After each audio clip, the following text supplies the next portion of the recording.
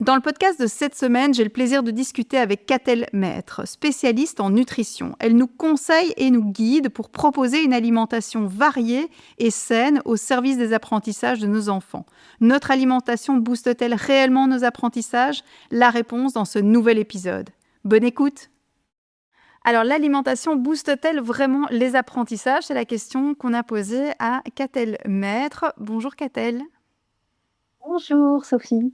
Alors, merci d'avoir accepté l'invitation. Alors, tu es naturopathe depuis plus de 25 ans, auteur de 2 ouvrages sur le sujet.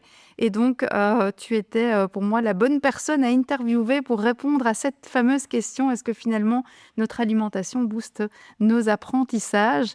On va en tout cas essayer, sur le temps qui nous est imparti, d'essayer de trouver quelques éléments de réponse, je l'espère. Ma première question, ce serait de savoir concrètement comment est-ce que que mangent nos enfants va influencer leur concentration en classe ou pendant les devoirs? Est-ce que l'alimentation a vraiment un lien pour toi avec l'attention? Ah, complètement, complètement, parce que l'alimentation, donc ça veut dire les intestins, parce que c'est notre façon de, de digérer ce qu'il y a dans l'alimentation, va avoir un impact direct sur le cerveau. D'ailleurs, l'état des intestins impacte direct l'état du cerveau, toujours avec un décalage.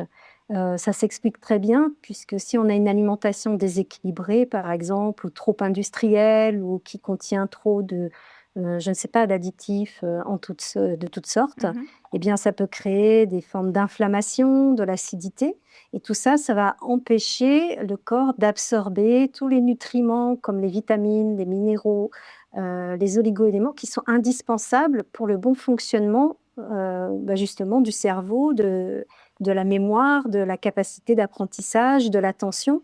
On sait qu'il y a beaucoup les vitamines C, la vitamine A, la vitamine E, la vitamine D, tout ça, c'est indispensable, justement pour la concentration et l'apprentissage, de même que, le magnésium, le fer, le Mmh. zinc. Il y a beaucoup d'éléments, en fait, ici qui sont, nécessaires OK. pour un enfant puisse bien apprendre. Si tu ne devais en donner que 3, parce que j'imagine, je me suis dit, 3 c'est déjà pas mal. C'est quoi les 3 aliments, boosters indispensables pour soutenir sa mémoire, son attention? Eh bien, c'est des aliments qui ont, des intérêts justement par rapport à la nutrition du cerveau, comme par exemple, un des 1 que j'aurais envie de citer, c'est des graines, par exemple, soit de lin, de noix, des graines de chia, en fait, tout ce qui contient des oméga 3. Mmh. Donc là, c'est une forme d'aliment, même si on a le choix et c'est ça qui est bien, mais qui peut se mettre en poudre, qui peut se mélanger, dans plein de choses. Et l'avantage, c'est que les oméga 3 sont des graisses anti-inflammatoires et qui sont indispensables au bon fonctionnement du cerveau, tout simplement parce que les membranes des neurones Mmh. sont constituées principalement de graisses et ces graisses sont principalement des oméga 3. Et notre corps ne peut pas en fabriquer, donc on doit les apporter par les aliments. OK. Donc ça sera la première catégorie d'aliments. Ensuite, en deuxième catégorie, je dirais les fruits, comme les baies, par exemple, les myrtilles, toutes les baies colorées qui sont très riches là aussi, en vitamines, en minéraux, et ce sont des antioxydants. Et les antioxydants, c'est indispensable aussi pour que le cerveau fonctionne bien. Parce OK. que s'il n'y a pas d'antioxydants, s'il y a le corps s'oxyde, enfin les cellules s'oxydent, vieillissent et meurent. Donc c'est difficile de bien se concentrer dans ces cas-là. Donc les myrtilles, par exemple, enfin voilà, des choses comme ça. Et en troisième aliment, j'aurais envie de dire, alors on reste toujours à la catégorie des lipides qui sont quand même importants, hein, et pour cause, l'œuf et la coque. Et je OK. dis bien la coque, parce que quand on mange des œufs, souvent on voit des œufs durs parce que c'est plus facile à gérer, parce que voilà. Sauf que, dans l'œuf dur, le jaune est cuit, et une graisse cuite, c'est une graisse qui s'est modifiée, qui n'a OK. plus rien à voir avec ce qu'elle peut apporter. Or dans le jaune qui n'est pas cuit, comme dans l'œuf à la coque, eh bien on va avoir toutes les vitamines B indispensables à la bonne gestion justement de l'attention et de l'apprentissage, et les minéraux, magnésium, et cetera. Donc, plus la bonne graisse qui n'a pas été cuite. Donc c'est vraiment un aliment très complet. OK. Ah, l'œuf au plat, alors c'est le même principe que l'œuf à la coque. Que je ne cuis pas le Tout à jaune, fait. donc il est meilleur, quoi. Voilà, sauf que l'œuf au plat, souvent, on le recommande moins parce que si on met du beurre dans la poêle Ouais. avant l'œuf, là, on va contredire un petit peu l'effet positif, Ouais, ouais, de tout à l'œuf, fait. quoi, parce que Mmh. beurre cuit, c'est pas bon. OK, oui, tout à fait.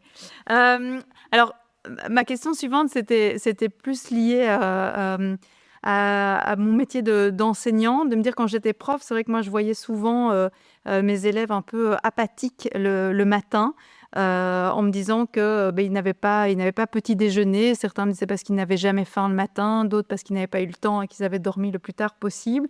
Hem Alors, petit déjeuner, déjeuner, goûter, c'est quoi la priorité absolue? Parce qu'aujourd'hui, on parle de jeûne intermittent. Il y en a qui vont dire il faut pas manger le matin pour ne pas manger pendant autant de temps. Bref, c'est indispensable, c'est pas indispensable?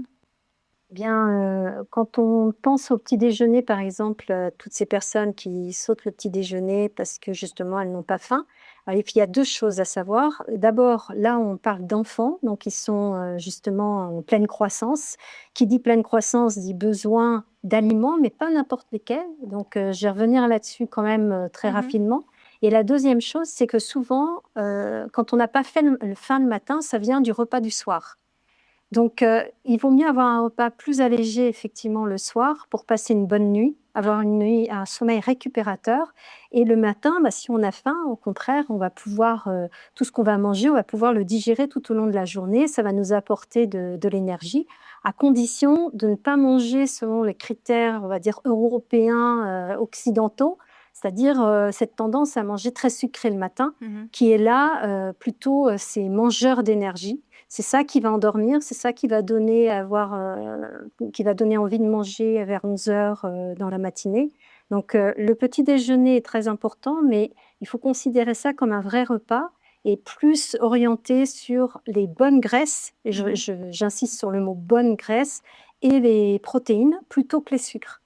Puisque c'est ça qui va permettre la sécrétion de la dopamine, qui est, cette hormone qui permet de la concentration, Mmh. justement l'hypervigilance, donc l'attention et plutôt, favoriser donc le côté un peu sucré, plutôt, sur l'heure du goûter, Ouais. où là, ça va permettre justement ça facilite en tout cas la sécrétion de sérotonine, qui est la fameuse hormone qui permet de se détendre, de lâcher prise après une journée, d'école.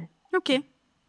Et pour revenir sur ce petit déjeuner, du coup, ce t tu on est sur quel type de petit déjeuner? Parce que des œufs, tu en parlais tout à l'heure, c'est excellent, mais on peut pas en manger Oui. tous les matins, je suppose, au niveau du cholestérol. Je sais pas si ça va être bien Là, accueilli?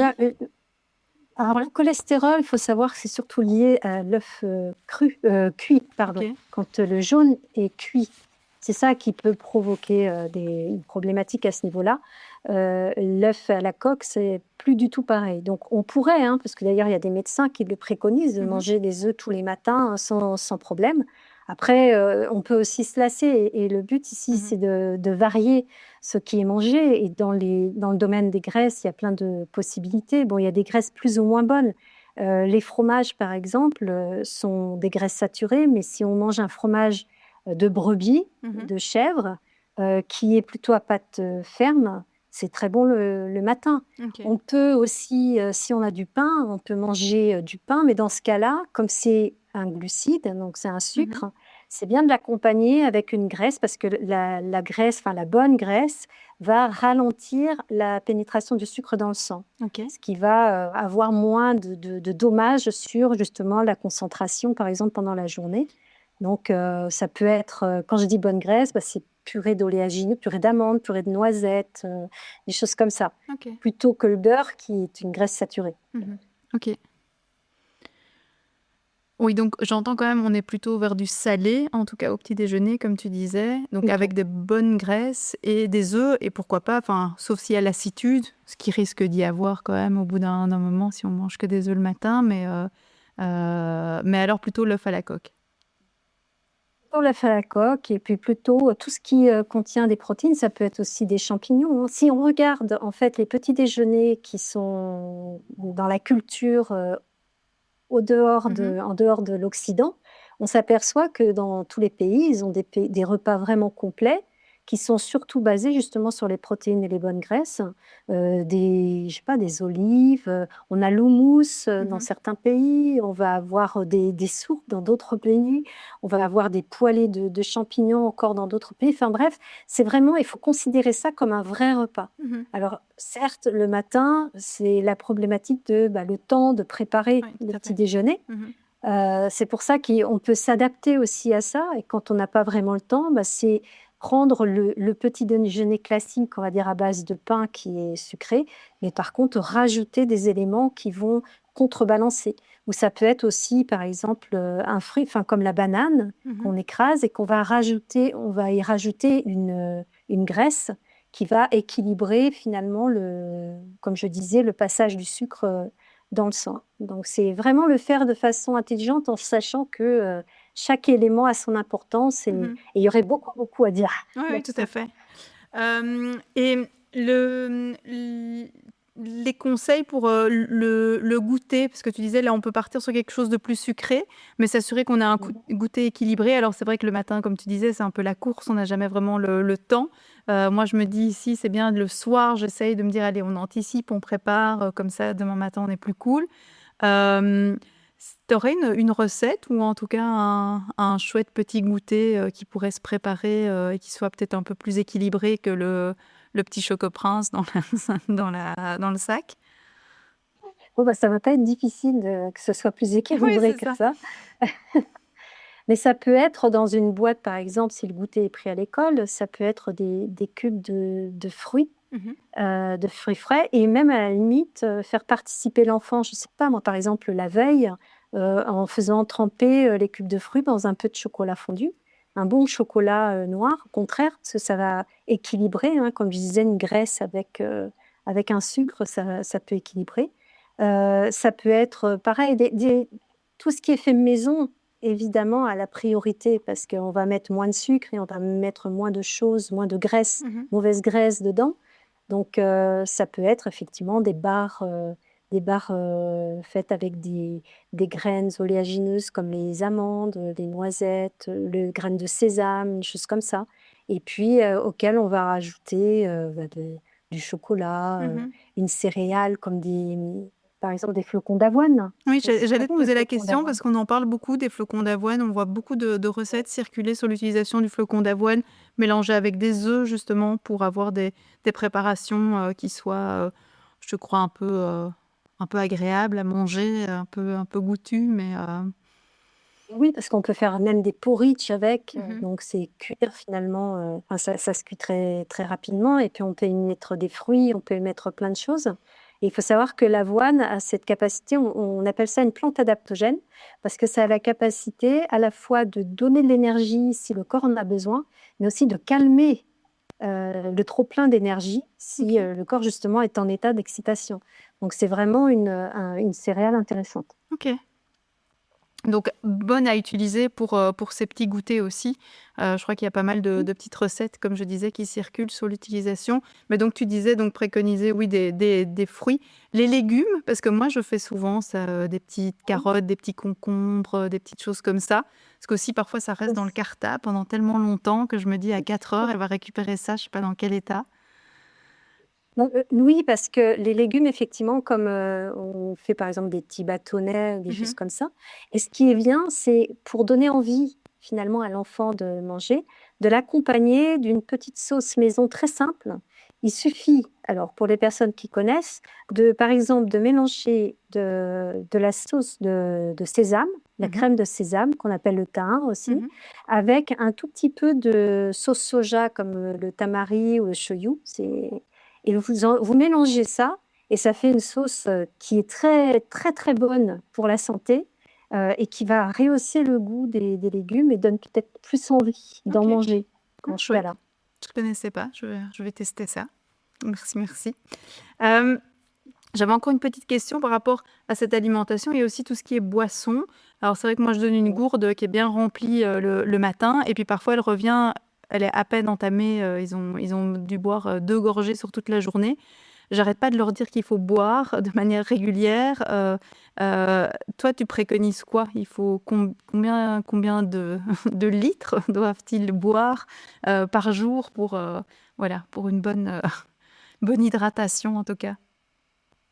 Déjà pour l'hydratation, le premier conseil que je donne, c'est habituer les enfants à boire de l'eau, tiédie le matin, c'est-à-dire à la température du corps, de façon à ce que l'hydratation soit beaucoup plus efficace parce que c'est vraiment au moment où on se réveille et je dirais, c'est vraiment le moment le plus important de la journée, parce que le corps a travaillé, à se nettoyer pendant la nuit Mmh. et s'est déshydraté. Donc le moment où on se déshydrate le plus, c'est à ce moment-là. Et donc, déjà habituer les enfants à boire un peu d'eau tiède avant qu'ils partent, à l'école et ensuite dans la gourde, évidemment l'eau c'est important puisque on est constitué principalement d'eau, Mmh. donc c'est vraiment notre aliment premier. Pour les inciter, à boire, on peut d'ailleurs mettre, parce que c'est vrai qu'il y a des enfants qui n'aiment pas boire l'eau Mmh. et voilà, ce qui fait que ça revient, plein ou qui n'y pensent pas Oui, qui aussi, n'y hein, c'est pense pas, je possible. pense aussi, oui. Et donc c'est le faire, avec eux, mais par exemple en mettant on peut mettre des hydrolats alors ça peut être de l'hydrolat de menthe, hydrolat ça veut dire eau florale OK. et donc c'est pas sucré et cetera et ça donne un petit goût et ça va avoir un goût de menthe ou ça peut être de l'hydrolat ça peut être du citron si l'enfant aime ça peut être de l'eau de fleur d'oranger, Mmh. ça peut être de la rose. Donc c'est vraiment en plus, c'est très bon pour le corps, c'est très Mmh. bon pour la santé et ça permet voilà, d'inciter un petit peu plus à boire. Je sais qu'il y a aussi d'autres personnes qui vont, y mettre des petits morceaux de De fruits, fruits ou oui. des tranches, voilà. Par contre, parfois, quand ça passe toute la journée dans la bouteille d'eau, bon, c'est vrai que le soir, c'est moins attrayant. Mmh. Donc, mais c'est aussi une façon d'inciter l'enfant à boire et quant à la quantité, il n'y a pas une quantité, déterminée, prédéterminée, parce qu'on n'est pas tous faits de la même façon. On n'a pas tous les mêmes besoins, parce que si l'enfant court beaucoup, s'il s'agite beaucoup, il va avoir évidemment encore plus besoin d'eau. Ce qui est important, c'est qu'il boive des petites gorgées très régulièrement. Mmh. Donc évidemment, dans les écoles, c'est difficile de dire, on met une petite alarme pour le Ouais. prévenir, qu'il faut boire et dans ce cas-là, c'est l'habituer à, boire une gorgée d'eau à chaque fois qu'il change d'activité et donc ça, c'est important l'aider en le faisant à la maison. C'est-à-dire en l'entraînant quand par exemple, le week-end ou pendant les vacances, en disant: «Je change d'activité, donc je bois un petit peu Mmh. d'eau» Ouais. et si cette habitude est prise à la maison et bien, ce sera plus facile qu'il l'applique à l'école après. OK. J'avais encore une question sur la boîte à tartines, parce que, bah, le matin, on en parlait, hein, c'est la course. Il y a une alternative à la tartine? Parce que de nouveau, hein, je me dis, ici, la rentrée des classes, il fait encore beau, les petites salades et cetera, bon, c'est pas mis au frigo, ça reste dans le voilà, dans le sac et donc moi, j'ai tendance à privilégier, oui, je fais une tartine, j'évite même de mettre certaines choses en me disant: ben voilà, elle va le manger dans 5 heures, dans 6 heures, donc heu, d et qu'est-ce qu'on peut mettre qui enfin, est-ce que c'est une mauvaise chose déjà la tartine? Mmh, ou pas? C'est pour le déjeuner, Oui. c'est ça, hein? Le pain, ça dépend du pain, en fait. Tout dépend de la qualité. Parce qu'il y a pain et pain. Un pain blanc, effectivement, c'est pas top, ça apporte rien et au contraire, là, ça peut nuire à la concentration, bah, l'après-midi, par Mmh. exemple, pendant la digestion. Un pain qui serait fait au levain, sans ajout de levure et avec une farine mi-complète, par exemple, du style, T80, là, déjà, on est dans quelque chose qui est plus nutritif, OK. donc qui va être plus facile à digérer pour le corps et qui va apporter des éléments aussi intéressants. Hem, Après évidemment, le pain n'est pas une nécessité absolue, Mmh. au contraire et effectivement, si c'est des salades, il suffit de mettre une céréale, ça remplace, complètement, le pain et la céréale, l'avantage, c'est qu'on peut en changer et là, c'est pareil, plutôt privilégier des céréales, plutôt mi-complètes que complètes parce que quand c'est trop complet, ça peut aussi acidifier, l'intestin et donc ça peut être difficile à digérer pour l'enfant Mais voilà, enfin, une céréale avec des légumes, c'est largement, suffisant. Enfin, en tout cas, ça remplace le pain. D'ailleurs, c'est ce qui est fait dans beaucoup de pays. Mmh. En Asie, par exemple, les pains n'existent pas, hein, c'est le riz qui est utilisé, Ouais, et dans d'autres pays, ça va être, d'autres céréales, voilà. Donc non, c'est pas une nécessité absolue. OK. Bon, bah, écoute, merci beaucoup, Katell, pour tous ces renseignements, toutes ces idées, en tout cas. On pourrait continuer parce que je voudrais te parler du repas du soir. Je voudrais savoir, bref, il y aurait un millier de questions à te poser. Je vais renvoyer plutôt nos lecteurs, enfin nos auditeurs, pardon, vers ton site internet, puisqu'il y a un site internet où on y retrouve les 2 ouvrages que tu as écrits, mais aussi les différentes formations, ateliers que tu fais. Tu fais des ateliers recettes, c'est ça, de cuisine? Alors, j'en ai fait, donc on trouve en fait sur le site, il y a différentes parties, mais il y a des articles, qui vont cibler plus sur l'alimentation, sur la santé, donc il y a plein de choses effectivement avec des recettes aussi. Mmh. Super. Alors le site internet, c'est www.catel-maître.com et là, on retrouve toutes les infos, donc pour ceux qui veulent en savoir plus ou peut-être suivre une formation avec toi sur le sujet, ce sujet passionnant de l'alimentation pour aider l'apprentissage. Oui, et c'est vrai que c'est un sujet tellement vaste qu'on pourrait y passer beaucoup de temps. Oui, tout à fait. Mille merci en tout cas, Catel, d'avoir pris le temps de répondre à mes questions et puis, à très bientôt en tout cas pour de nouveaux conseils. Merci beaucoup Sophie de m'avoir invitée, ça a été un plaisir. Ce podcast a été enregistré en collaboration avec les éditions Plantin.